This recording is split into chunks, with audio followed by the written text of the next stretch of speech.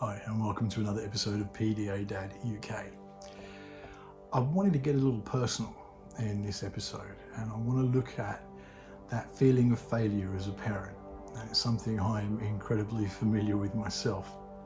I go through a lot with my daughter, and we have to intervene quite regularly if she's feeling aggressive, and she'll often be just randomly aggressive. She'll just lash out for no reason. And I have to intervene, and that's usually a physical intervention. My daughter goes to a SEN school, a special educational needs school, and in that they have been able to train me in safe restraint. It was realised that it was necessary because I don't just have a responsibility to my daughter, also myself. I have my wife and I have my son as well. My son's 5 years her junior, and when she gets aggressive, I don't just have to keep her safe, I have to keep my son safe, I have to keep my wife safe and make sure that I'm not being physically injured in the process. Anyone who's experienced a violent meltdown with an autistic child, they'll know they can be really aggressive. You'll get pinched, bitten, punched, kicked. My daughter will pick things up and throw them at you. It's not something that's her fault, it's something she can't necessarily control in the moment. It's just a total explosion. We looked at this in previous episodes with the concept of Spock, Kirk and the lizard, the three parts of the brain. So you've got Spock, who is your logical processing, pure logic, nothing else. You've got this, that's the front of the brain. In the center of the brain you have Kirk. Kirk's your emotional, just feeling response type thing. And you've got at the back the lizard, and the lizard represents basically your instinctive thinking, so your basic instincts, if you like: eat, sleep, procreate, whatever the case may be, your immediate needs and response to anything. When a child goes into meltdown, particularly an autistic child, basically Spot goes on vacation. He's off on his own little mission, and all you have are Kirk and the lizard communicating. So you have an emotional response, and then you have your fight, flight or fight response to that emotion, and that's all that's happening. And so that's when you get these incredibly aggressive outbursts and meltdowns, and they can last for anything from a few minutes to a few hours, depending on the day and what's going on emotionally for your child. And when she's in that state, I have to physically intervene, and it's not something I enjoy, it's not something I've ever wanted to have to do. But it's a case of needs over desire, and I have to keep everyone safe. And I go through a wide range of emotions as a result. It physically exhausts me, not just the physical exertion of having to keep her in that restraint, but the emotional exhaustion that goes with it. It really is quite overwhelming. And I'll go through a range of emotions when I have to do it. Anger is one of them. I hate that I have to do it, and I'm annoyed at her that I've been put in that position. Now, thankfully, I can logically process that and say, I know it's not her fault. This isn't something she's able to necessarily control. There are times that she can, which is why I say necessarily. But in those moments where she can't control it, I know I have to be accepting of that. But that's incredibly hard because I'm frustrated in the moment. I'm annoyed that someone's potentially, being put at risk of injury or worse. And I'm angry that that's in that situation. And then I get the guilt, and the guilt comes from that anger often. So feeling bad that I'm being, angry with her, even if I haven't expressed it. Just knowing that I felt it really hits home. I was lucky enough to grow up in a very supportive household. I never experienced any physical abuse. There's other sides to that which I can go into in future episodes maybe, but I did, I was fortunate that I can count on one hand the number of times I was struck or anything like that, and usually, well, in every situation, it was really well deserved. We all have our failings, and I certainly had many growing up. I think we all do, but I never wanted to be somebody who had to intervene physically for any of my kids, and having to do so, even if it's in the correct way, in a trained way, in a way that keeps everyone safe, it still leaves a very, very, very bitter taste in my mouth when I have to do it. And from that guilt comes regret, and there's that, and really what I want to get to the nub of is that feeling of hopelessness, and we all get it. Anybody who has to live with these heightened emotions and anxieties day in, day out, and have to respond and intervene, they'll know what I'm talking about. And it's that feeling of, is this ever going to end? Is it ever going to change? Are we going to spend the rest of our lives having to pick up the pieces? And is there going to be any relief from the stress, from the it has a physical effect on me. I get so tense and overwhelmed sometimes by it. I mean, I'm a big bloke, and I don't. But I'm an emotional guy as well. I'm a musician, and us musicians tend to be a bit over emotional at times. But I'm not a guy who just all that wails all the time. But there have been a few moments, and there was one particularly a couple of weeks ago where we'd had a day of it. It had just been a day of constantly having to intervene, stop what was going on, bring things back down, only to have them re-escalate, and then and you just go through this cycle, and you get to the end of the day, end of a week, end of a month, and you just can't do anymore. And with everything going on in the world at the moment, and isolation and lockdown, it's been just so much more present, because we've not been able to go out. We've not been able to, we're not in the same way. We've been able to take walks and things like that, but we used to go to soft plays a lot. We used to go to parks and things like that, somewhere where the kids can run around, and particularly my daughter can just let all that energy out and let all that frustration out. And I've found myself in the position where we're trapped in together, and that's heightened emotions as well. And COVID itself has brought another level of anxiety, and we've made rules. I've done a video back, how to deal with isolation and autism.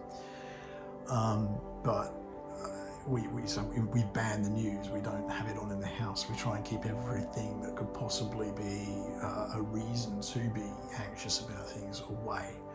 And I catch up on the news on the BBC app, and I keep covered that way. But we avoid it as a topic in the house, and we avoid having it on the TV. Anything that they can pick up that anxiety from. But there's a natural anxiety that comes with it. It's just, things are very different. The kids know it's different. They know they weren't going to school. They knew they weren't having normal everyday life. They knew they weren't going out. And that anxiety builds. And when you've already got an anxious person, as most autistic people are, anxiety and autism are intrinsically linked. And when you're in that situation where it's all compounding, it's just going to lead to more meltdowns and more difficulties. That's not always the case. Sometimes being home, having to go to school, and actually being in a safe place has the opposite effect. For us, it was just too much of a switch in routine, and too much of a claustrophobic feel, I guess, for my daughter and for all of us. In fact, we all like to get out and about and do things. So it leads to that feeling of just, when is this going to end? Are we going to be facing this for the rest of our lives? And I really did struggle, and I cried my eyes out, and I haven't cried like that in many, many years. And it's not something I ever want the kids to see me in a position like that, but it actually helped in some way. My daughter walked in as I was trying to hide away in my bedroom and just let it out. My daughter came in, and there was a recognition from her that this was to do with all that's been going on, and we ended up having a bit of a cuddle and a nice chat about this, and how do we deal with this going forward? You need to be able to control this in some way. I know you really can't in many ways, but how do we deal with these situations as they approach? I'm going to play you a little video just coming up, which was just a little snippet I took from my emotions at that time. I went outside and I was trying to calm down in the garden, which I find a very soothing, calming place. We've got a lovely view out there, and it's a place I can go to kind of decompress and de-stress when I need to. So I'm going to play that, and it's just the raw response to how I was feeling in that. So I'm out in my garden, which is where I often come to decompress after there's been an episode with my daughter. We had a real meltdown this afternoon. When my daughter melts down, she gets very violent, and it leads often to needing to physically restrain, and that's what happened this afternoon. And you go through a hell of a heap of emotions. Guilt is a big one. You know, who wants to have to do that to their own kid? You know, it's not a natural thing, it's not a pleasant thing. And you feel very alone. No one really kind of gets it. No one understands what it's like. So yeah, it's a really hard thing. I know it's what we have to do. I have to keep everyone in their house safe, but how do you do that without physical restraint when they're being aggressive, throwing things, hitting out, trying to bite, kick, punch?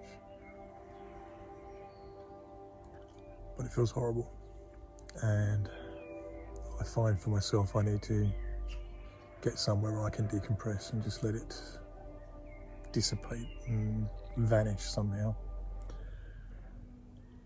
I really hope there's a day coming not too far away where I don't have to anymore, that she can learn to manage her emotions in a way that's not so physically violent. So how do we recover from that feeling, those emotions? And there are days that it can sit on top of you, and it can lead to serious mental health issues for us as parents and carers and grandparents even, aunts, uncles, anybody who's involved with this sees the difficulties that come. How do we decompress from that? For me, music is a big thing. I've talked about that before in previous episodes. I love to listen to my music, and I'll often take the guitar in the garden and just sit and strum away and annoy the neighbours with my bad playing.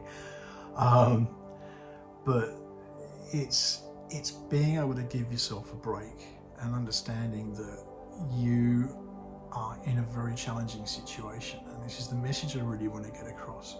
We can feel like failures, and we most likely will at some stage just feel like I am failing my child, I'm failing my family, I'm failing myself. The key is to give yourself a break and take that thought. As you're thinking it, just breathe in, 4 in, they say, and 8 out, just to let the tension go. If you're into, calmness and the calming apps and stuff like that, meditation, whatever it takes for you to be able to let that go. Now that can be really difficult. It can be difficult to sit in the garden and play guitar when your kid's inside tearing the house up and you can't do it at that point. But even if I have to stay up an extra hour at night just to be able to decompress at the end of the day, I think it's more healthy than going to sleep on it and waking up and just facing the same thing again. I need that time for me to be able to, as I say, decompress and de-stress and let it go. Reach out to friends, family, and this can be challenging as well. Often family and friends don't really understand what we're going through. So I'm going to make an appeal now to anybody who's watching this on behalf of a person who's a parent or carer of an autistic child or autistic children. Don't judge. And sometimes in those cases, it's not even about having to say anything. Just letting someone vent and let it out and express how they're feeling. And depending on what their particular love language is, whether it be giving them a hug or just